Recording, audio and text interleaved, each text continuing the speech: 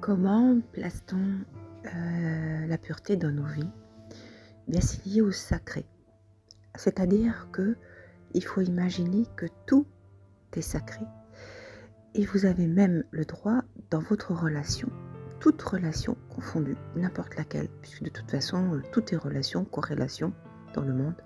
Nous ne sommes que le récepteur-émetteur. Donc on reçoit une information, on reçoit un contact visuel, on reçoit une personne, un être, voilà, un contact visuel ou un contact physique. Donc on est vraiment toujours en relation, corrélation. Et si ce n'est pas sacré, vous avez le droit de dire en dehors, ce n'est pas, vous ne faites pas partie de ma sphère, c'est pas ce que je recherche, c'est pas dans mes valeurs et c'est pas dans ma sphère spirituelle et céleste. Donc, regardez voir le peuple chinois, japonais, ils ont des arts. Pratiquement tout ce qu'ils font, c'est dans l'art. On dit toujours l'art chinois, l'art japonais, la maîtrise de la boulangerie de scie, la maîtrise du cuir, la maîtrise de l'estampillation, la maîtrise... Eh bien, parce qu'ils font tout dans le sacré. Chaque geste est sacré. Même la vision qu'ils ont de l'objet et de l'environnement dans lequel ils sont est sacré. Ils considèrent tout comme sacré. Donc, ils se placent dans une bulle sacrée et ils découvrent la matière dans le sacré, dans la pureté. C'est ce qu'ils essayent d'atteindre. C'est un très bon exemple, le peuple chinois, pour savoir comment nous on évolue. Nous, on évolue le peuple européen est développé vraiment dans des... C'est très chaotique, rien n'est considéré, c'est très très irrespectueux et immoral, alors que chez eux, tout est sacré. Voilà. Il y a un arbre est sacré, le geste est sacré, l'environnement dans lequel ils sont est sacré, ce qu'ils disent est sacré, donc ils vont toujours prendre la conscience de ce qu'ils disent, la conscience de ce qu'ils voient, la conscience de ce qu'ils font et de ce qu'ils vont faire. C'est ça le sacré. Quand on arrivera à ça, ça vaudra bien dire qu'on a travaillé avec notre conscience. On est loin de ça, je trouve. Bien aussi dire que notre corps est sacré. Considérer notre corps sacré, ce que l'on mange, il faut que ça soit une nourriture sacrée, propre, pure. Comment on l'accueille, comment on la traite, voilà, tout cet aspect justement de sacrement, enfin je ne sais pas comment on peut dire le mot, de sacralité. Et sacré, ça veut dire pur, ça veut dire magnifique, ça veut dire pur. Et donc il faut prolonger, puisque quand la plante pousse, elle pousse dans sa pureté. Eh bien, il faut que nous aussi, nous prolongions ce geste, nous prolongions cet espace de pureté dans son traitement, dans la façon de la cuisiner, dans la façon de la couper, dans la façon de lui parler, dans la façon de la manger, de la digérer, avec quel aliment la mettre, avec quoi la mettre pour que ça reste toujours dans le sacré. Voilà.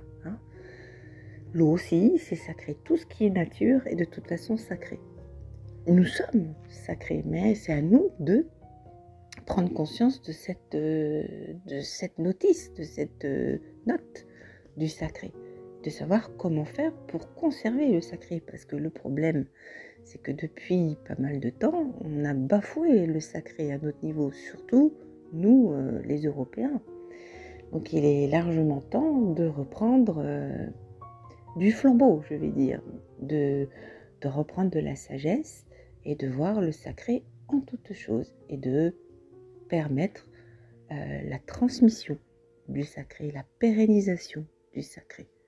Voilà, c'est important, c'est une des responsabilités qui nous est demandée. Il ne faut pas en avoir peur. Il ne faut pas avoir peur des responsabilités, sinon on reste un enfant. Donc là, il ne faut pas avoir peur de prendre la responsabilité de dire non, de prendre la responsabilité de dire ok, j'accueille, je ne vais pas m'effondrer parce que ça m'arrive, ou bien au contraire, je vais le saisir et je vais savoir comment le répandre. Imaginons que vous avez une forme d'abondance, je dis bien une forme, parce que quand on parle d'abondance, chez nous, c'est tout de suite pognon, compte en banque aligné, tout ça, avec les zéros, après le 1. Et c'est pas forcément cette abondance dont je parle. C'est une abondance aussi cosmique, une abondance énergétique, une abondance de connaissances et de savoir, une abondance de rentrer dans des mondes différents. Ça, c'est aussi une forme d'abondance, de dialoguer avec autre chose, autrement. Hein. Tout ça, c'est des formes d'abondance.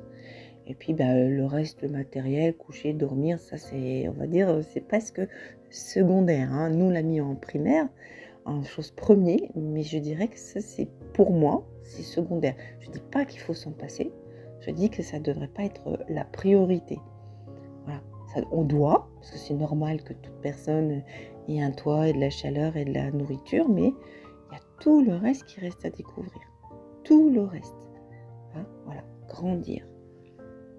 Alors j'en reviens au peuple chinois. C'est vrai que entre-temps, le peuple chinois, ça n'a plus été avec autant de considération et de sacré. Et c'est là où on peut extrapoler, parce que pendant des milliers d'années, ce peuple a été un peuple qui faisait régner la sacralité, qui vivait avec la sacralité. Et donc je dirais que le bon est chez l'humain. Le bon habite le cœur humain, habite son esprit. Et qu'il y a eu quelque chose qui est venu compromettre cette bonté. Et la preuve, puisque aujourd'hui, on voit ces êtres humains qui vivaient dans la sacralité et qui pérennisent cette bonté en devenant des esclaves, en devenant des êtres qui obéissent et qui ne sont plus à l'expression de leur être et à la pérennisation de la sacralité. Donc on voit bien qu'il y a quelque chose qui est venu perturber cette bonté, cette pureté de l'être humain. Quelque chose est venu vraiment le perturber. Et je dirais qu'aujourd'hui, on va chasser toutes ces choses qui ne sont pas bonnes, qui n'ont pas permis la pérennisation de la sacralité, de ce paradis terrestre, et c'est retrouver nos droits. Voilà. Moi, je pense qu'il faut vraiment le voir comme ça.